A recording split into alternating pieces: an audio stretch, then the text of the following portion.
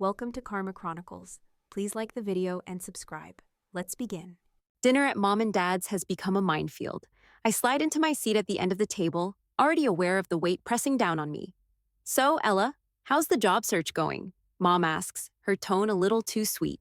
I know she's asking about the rejections. I can feel the unspoken judgment in her words. Same as usual, I say, picking at my salad, still waiting for the right fit. Mom's eyes narrow for a second. Well, you've been waiting for a while now. Maybe you should take something, even if it's not exactly what you want. I shrug, trying to keep it light. I'm just being selective. Trying to find something that fits with what I want to do. Brian snorts from across the table, leaning back in his chair. Selective? More like picky? No wonder you're turning down opportunities. No one's gonna hand you a perfect job. I clench my jaw, fighting the urge to snap back. It's not about perfection. It's about making sure it's the right fit. Brian rolls his eyes, clearly unimpressed. Yeah, well, how's that working out for you? Still living in that tiny apartment, huh? Frank, my dad, chimes in from the other side of the table, his voice thick with disapproval. I don't understand why you haven't just settled down, Ella. You could have had a real career by now. Get a stable job, get a mortgage, do what normal people do. Dad, I'm not interested in a 9-to-5 job, I say, trying to stay calm. I'm doing work that matters. I'm freelancing as a photographer. I'm working on projects that focus on social justice, environmental issues, things that make a real difference. Making a difference? Frank scoffs. You're wasting your potential. You're dragging down the family name with this hobby you've decided to call a career. Your brother is out there making real progress, and you're playing around with a camera. Mom clears her throat, her voice laced with frustration. Ella, you could have gone to business school, or at least studied something more practical. You're embarrassing us with this unconventional choice. My heart pounds in my chest, the walls closing in. I want to explain myself, tell them how much I believe in the work I'm doing. But instead, I just sit there, feeling the weight of their disappointment like a heavy cloak around my shoulders. You don't get it, I mutter, my voice barely above a whisper. Brian shakes his head, mocking me. No, you don't get it, Ella. You're too proud to admit you failed. The words sting, harder than I want to admit. I want to fight back, to scream at them that I haven't failed. I've just chosen a different path. But instead, I stare down at my plate, the silence between us thick and suffocating. I sit there, the words burning in my throat, but I can't seem to get them out. The silence stretches between us like a thick fog. I don't know why I'm still here. Why do I let them do this to me every time? Frank shifts in his chair, leaning forward, his voice low but sharp. I didn't raise you to be some artist. You've got potential, Ella, and you're wasting it. Wasting it. You don't get it, I say, trying to steady my breath. What I'm doing matters. I'm working on projects that actually make a difference. I'm not just shooting random photos for a paycheck. This is important. Brian snorts again, leaning back like he's got all the answers. Important? What? You think your little cause makes a difference in the world? It's a hobby, Ella, a glorified hobby. I feel my jaw tighten. My brother's smugness grates at me, like nails on a chalkboard. It's not a hobby, Brian. I'm using my work to raise awareness, to highlight issues that people ignore. People are listening. Yeah, sure, Brian says, raising his eyebrows. And what do you have to show for it? Still living in that cramped place, still acting like you're changing the world. It's not working. I feel my face flush. You wouldn't understand. You're just following the same path everyone else is. You've got your nice job, your nice apartment, and you think that's all there is to life. My voice cracks, but I fight the emotion back. I don't want that. I want something that's real. Something that matters. Janet's voice cuts in, sharp and cold. Real? You call this real? You're embarrassing us, Ella. Every time someone asks about you, I have to explain that you're still chasing these unconventional dreams. It's embarrassing. You're a grown woman, and this is what you're doing with your life. Her words hit harder than I expect. I feel the weight of her disappointment, heavy and suffocating. Mom, I'm not trying to embarrass anyone. I'm doing something I believe in. Then why don't you make it work like Brian's job, or like your father's? She waves her hand toward Frank. Look at your dad. He worked hard for everything we have. And you're out here playing photographer like it's some kind of game. I can feel the heat rising in my chest. I want to scream, to let all my frustration spill out. But I keep it together, gripping the edge of the table. I'm not playing a game. I'm trying to change things. Real change takes time. It's not about the money or the status. I'm almost pleading now, but I don't care anymore. I want to help people. I want to use my work for something bigger than myself. That's all I'm asking for. Frank shakes his head slowly, his face hardening. You don't get it. You're not helping anyone. You're just wasting time on these projects, these causes. While your brother's out there building his career, making something of himself, I bite down on my bottom lip, but the words slip out before I can stop them. You don't get it either, Dad. I'm not you. I'm not Brian. I'm not going to live my life just to make you proud. There's a heavy pause. I can feel all of them looking at me, the weight of their judgment suffocating me. Brian leans forward, eyes narrowed. So what? You just want to be some starving artist never amounting to anything? You've got no plan, no future. He spits the words like they're poison. You think your camera's going to pay the bills for the rest of your life? I swallow hard, trying to fight back the tears. I'm not starving, Brian, and yes, I have a plan. It's just not the same one you've got. My voice is stronger now. You might think I'm wasting my time, but I don't care anymore. I'm doing this for me, not for you. There's a tense silence in the room. Janet, Frank, and Brian all exchange looks. It's like they're trying to decide if they should just tear me down some more or let the conversation die. Frank's face hardens, like a wall going up. You're making a mistake, Ella, but you'll see. When you realize that this work of yours doesn't get you anywhere, don't come crying to us. I open my mouth, but no words come out. There's nothing left to say. They've made up their minds. I've made up mine. I push back from the table, my chair scraping loudly against the floor. I'm done, I say, my voice tight. I'm not going to sit here and keep explaining myself. You don't understand, and I'm tired of trying to make you. I turn to walk away, my heart racing. Behind me, I hear Frank mutter something, but I don't turn around. It's over. They'll never understand. And maybe that's the point. The phone rings, pulling me out of the numb silence that settled in the aftermath of dinner. I glance at the screen. Unknown number. It's too late for anyone from my freelance gigs to be calling. I hesitate. My mind still buzzing with everything that went down earlier, the weight of my family's disappointment dragging behind me like a shadow. But curiosity wins out, and I swipe to answer. Hello? Hi, is this Ella? Ella Green? A warm professional voice greets me, but something about it makes my pulse quicken. Yes, this is her.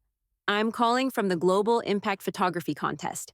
I'm pleased to inform you that your project, Voices of the Unheard, has been selected as a finalist for this year's competition. Congratulations! The words hang in the air, and for a second, everything stops. Finalist? My brain scrambles to process it. It takes me a few seconds to even realize I haven't said anything. Hello? Are you still there? The voice on the other end asks, sounding a little concerned. Oh, yeah, sorry, I can't believe it. Thank you so much, I say, forcing the words out. My heart's racing now, the recognition buzzing through my chest like electricity. The voice on the line continues, explaining details about the ceremony, the judges, and the other finalists, but I barely hear it. My mind is still reeling, replaying the words over and over. Finalist, this could change everything. Ella? The voice snaps me back to reality. We're really excited to have you as part of the competition. You'll receive an official email with more details. We look forward to seeing you at the ceremony. Right. Thanks again. I'll be there. I hang up before I can say anything else, still holding the phone to my ear, staring at nothing. The weight of the news doesn't sink in right away. But then it hits me. This is real. I should be thrilled. This is exactly the kind of recognition I've been fighting for. But all I can think about is my family. Would they even care? Would they think it's just a fluke? After everything that happened at dinner, I can't imagine telling them. It would feel like I was trying to prove something to them, like I needed their approval to validate this moment.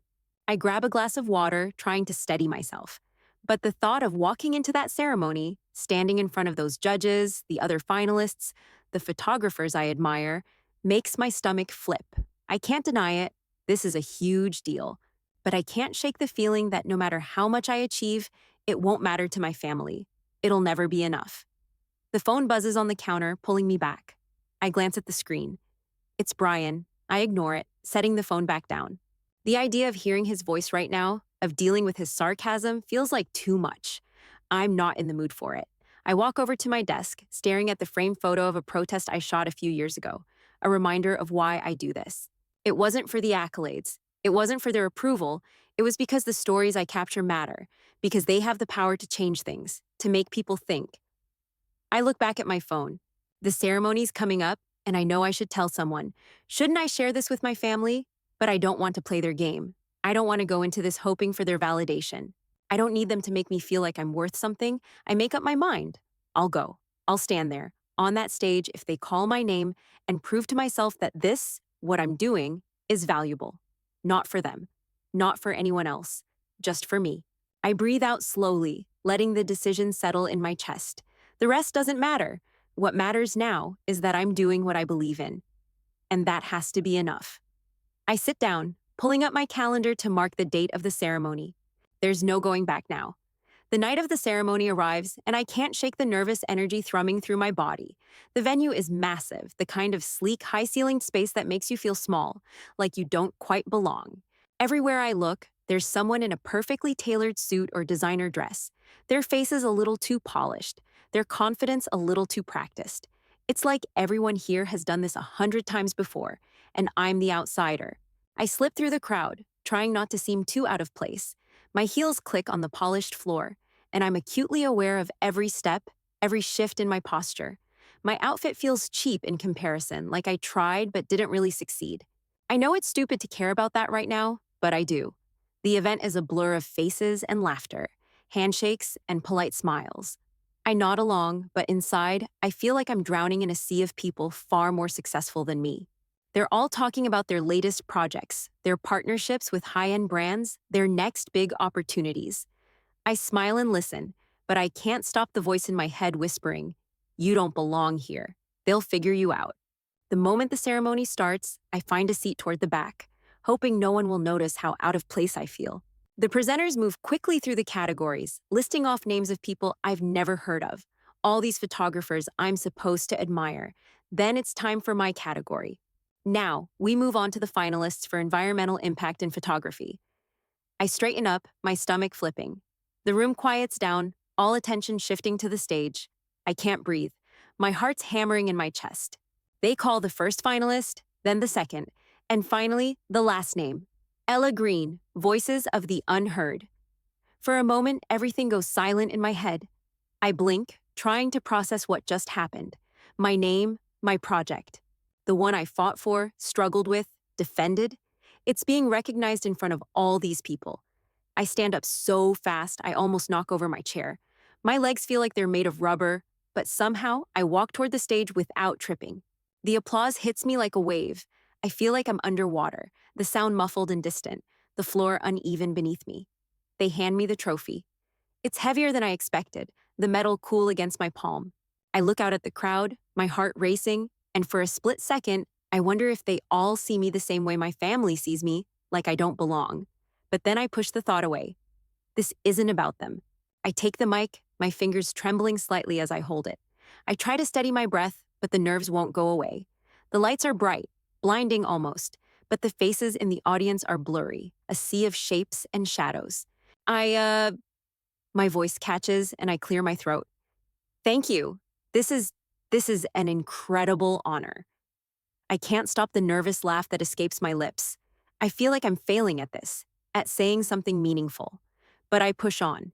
I've spent a lot of time working on projects that highlight issues people don't always want to face.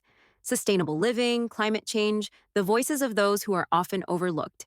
It's hard work, and sometimes it feels like no one's listening. The words slip out before I can stop them, my voice strong but shaky. I'm almost surprised by the honesty, by how much of it I'm willing to admit in this moment. And there's been a lot of pushback. I pause for a moment, trying not to make eye contact with the front row. My family's faces flash in my mind. I swallow hard. But this work, this project, it matters. Not just to me, but to everyone who's been affected by these issues. And I think, at the end of the day, that's what keeps me going. The crowd claps again, and I step back from the mic, the weight of the trophy suddenly feeling like an anchor. I smile as best I can, but inside, I'm hollow. I walk off the stage, still stunned, still trying to make sense of what just happened. The applause is still ringing in my ears, but all I can think about is how to avoid the sinking feeling creeping up in my chest. I'm proud of this moment. I really am. But there's a part of me that feels like it doesn't matter, like it's not going to change anything back home. It's hard to shake that feeling, even as the reality of my achievement sinks in. I'm standing in front of hundreds of professionals, and I still can't shake the fear that none of them will ever see me the way I want them to. And the hardest part?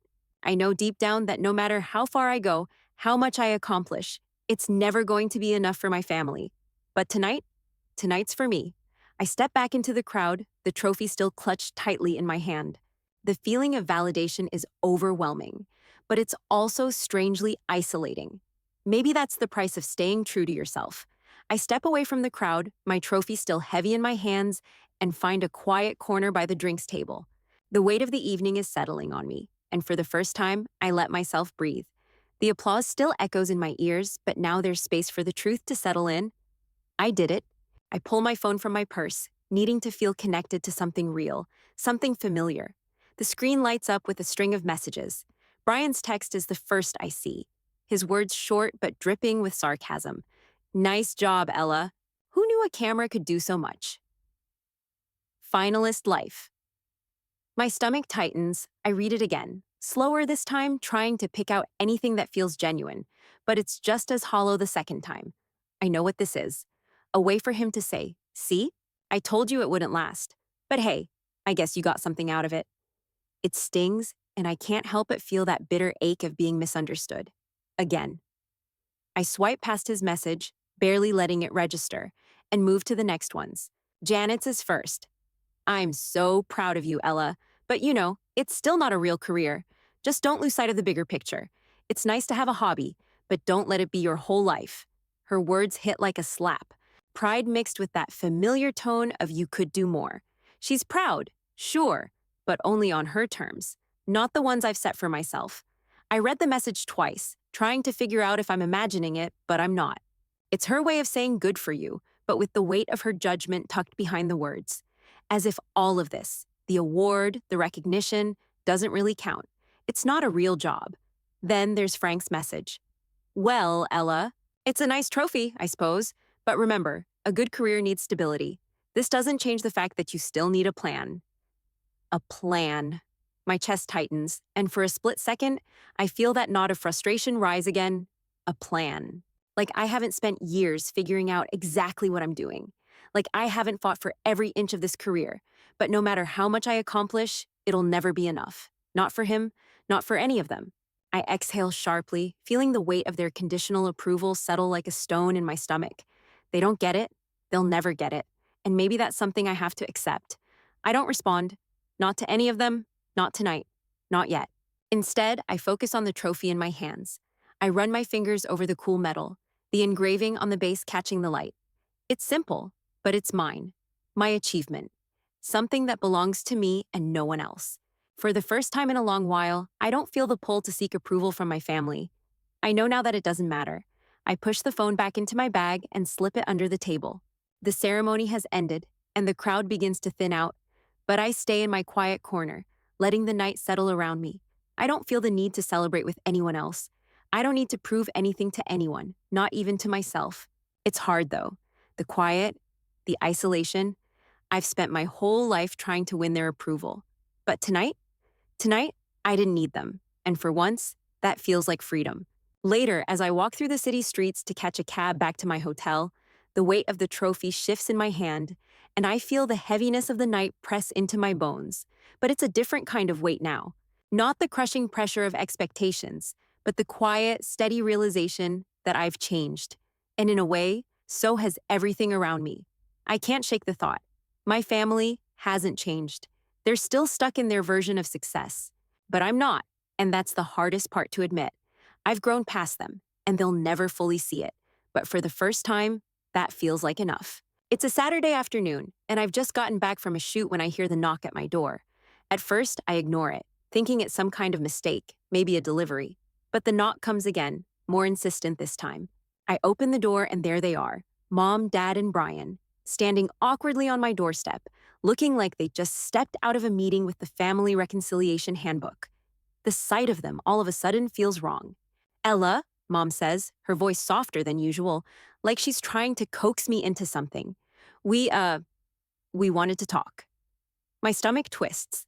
I don't know if I want to hear whatever it is they're about to say, but I step aside to let them in. No words are exchanged as they make their way into the living room. Mom immediately moves to the couch, sitting as if the whole thing is normal. Brian hangs back by the door, eyes scanning the apartment like he's trying to figure out if I'm actually living the life he thinks I should. Frank doesn't say anything right away. He just stands by the door, arms crossed like he's holding a grudge. Ella, Mom says after a few beats of silence, we've been thinking, and we owe you an apology. We didn't handle things well the other night. She pauses, like she's waiting for me to jump in, to thank her for the apology. But the words feel insincere, like they're rehearsed. I cross my arms. Uh-huh. I mean it, she presses, her tone suddenly more earnest. We were hard on you, and I'm sorry. Well, you know how I am. I worry. I nod but don't offer anything more. I'm not buying it. Not yet. Frank clears his throat. Look, that award of yours, it's not nothing. We get that. But it doesn't change the fact that you've spent years, well, not exactly taking responsibility. It's one thing to win a trophy, but the bigger picture. He pauses, trying to soften his words, but the weight of his dismissal hangs in the air anyway. It doesn't erase all the years you've spent going down this unconventional path. I feel my jaw clench. You mean my career? He shifts uncomfortably but doesn't back down. I'm saying that while it's nice you've gotten some recognition, it doesn't change the fact that you've wasted time. That's all I'm saying. I can feel the anger bubbling up, but I try to keep my voice even. You think this award makes all my years of hard work less valid? That I'm still wasting my time? Just because it doesn't fit your idea of success? Not exactly, he says, shaking his head. But you can't pretend this is a stable career. This is not what we had in mind for you. You need something more substantial. The words sting more than I expected. More substantial? I repeat, incredulous. You mean something more like Brian's job? The one that you think is the only real job? Brian looks up, his face scrunched in defensiveness. It's not like that, Ella. Dad's just saying you need a plan. You can't keep running around doing whatever you want. I bite back a sharp retort. They don't get it. I've had a plan this entire time. I have a plan, I say, trying to keep the frustration out of my voice. I've been planning this career for years. This isn't just some phase. This is the work I want to do. It's not a hobby. Mom shifts uncomfortably on the couch, clearly trying to navigate the conversation without making things worse. I just think you've had a lot of freedom, Ella. Too much, maybe. You've never really had to settle down like other people your age. I worry you're missing out on what really matters. I blink at her, my chest tightening. What really matters? I ask, my voice rising. You mean the things you and Dad value? The things you expect me to want? A stable job, a house, a perfect little life, all checked off in the right order? I'm not interested in that. I don't want that. I never have. There's a long, heavy pause. The silence between us is thick. I've been doing this because it matters to me, I say, my voice quieter but firm. Because I believe in what I'm doing. But every time I try to explain that to you, it's like you just dismiss it. Like I'm just making excuses. Frank looks like he's about to say something, but I don't let him. I'm done, I say, the frustration bubbling over. I'm done trying to get you to see what I'm doing. If you want to rebuild this relationship, then you need to accept me, really accept me, not just the parts you think are worthy of your approval. If you can't do that, then whatever this is, isn't going to work. I stand up, the tension in the room thick as I stare at them, all of them still sitting, trying to digest what I've just said. You can't keep doing this, coming into my life, trying to force me into your mold, expecting me to change to fit your version of success, I say, my voice steady. I'm not doing it anymore. I don't wait for a response. I walk to the door and open it, the message clear. I'm done playing their game. They look at each other, unsure how to respond, but I'm past caring. If they want to fix this, they have to meet me where I am, not try to drag me back to where I was. Goodbye, Ella, Mom says softly. Her voice lacks the conviction she had when she first entered. The words land like a question. I close the door without answering, feeling the sting of the moment but also the relief. I've said what needed to be said. Now, I'm finally free to move forward. After the ceremony, things started to shift in ways I couldn't have predicted. My inbox filled with emails from environmental organizations, nonprofits, and advocacy groups, all offering opportunities to collaborate. There were high-profile projects, photo essays for international publications, and speaking engagements at forums I never thought would take me seriously. It felt surreal, the kind of validation I dreamed about but never really expected. I felt my confidence growing with each new offer. For the first time in my life, it wasn't just about surviving in the industry. I was thriving in it. But the weight of my family's silence never quite left me. I could feel the distance stretching out between us, and part of me knew that their approval had always been conditional. No matter what I accomplished, it would never be enough unless it fit into their definition of success. And that thought lingered, gnawing at the edges of my satisfaction. Then came Brian's text. "Hey, Ella, congrats on the award again. Big deal, huh? Listen, there's this event coming up at my firm, and I thought it'd be great if you could come speak. Share your experience and everything. It could be a good opportunity for both of us." My stomach twisted as I read it. I'd barely heard from Brian since the ceremony, but now that my success could benefit him, here he was, wanting to use me. I didn't even bother responding at first. The thought of him using my work to elevate his career, like he was somehow entitled to my success, made my blood boil. But after a few days of stewing on it, I gave in and called him. "Brian, I got your message," I said, trying to keep my tone neutral. "I don't really think that's a good idea." "Why not?" he asked too casually, like he was entitled to my time and my story. "It'd be a win-win. You get exposure and I get some credibility. You've got the award now, and people want to hear from you. This could be a big thing for both of us." "You don't get it," I said, my frustration rising. "You're using my work to make yourself look good. That's not why I do what I do. I'm not here to help you build your career." Brian paused, like he was processing my words, but then he let out a sigh. Okay, I get it. But think about it. You can't ignore the fact that we're family. This could help both of us." "Family doesn't mean using each other's success for their own gain," I snapped. "I'm not going to help you get ahead just because you think it'll make your life easier." There was a long silence on the other end. I could almost hear him thinking about his next move, recalculating how he could spin this to his advantage. "Look, I'm just trying to help you, okay? If you don't want to, fine. But don't act like I'm the one trying to take something from you." "You're not helping me, Brian," I said, my voice tight. "You're using me, and I'm done being used." I ended the call before he could say anything else. I sat down, breathing a little harder than I should have. It was like a weight had been lifted, but the emptiness of it all left me unsettled. I started to realize something in that moment. My family didn't care about my work unless it had some direct benefit to them. They never saw it as meaningful on its own. They only acknowledged its value when it could be turned into something that served their needs. And that was something I couldn't keep ignoring. I kept my distance after that, avoiding calls and texts. When they finally reached out to me again, I didn't respond, knowing that if I did, it would only be because they wanted to claim a piece of my success for themselves.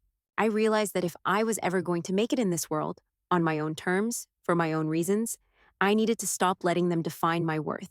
I needed to stop seeking validation from a family that would only give it on the condition that it fit their vision.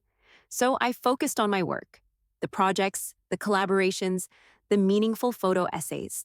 I said yes to the things that aligned with my values and no to the things that didn't.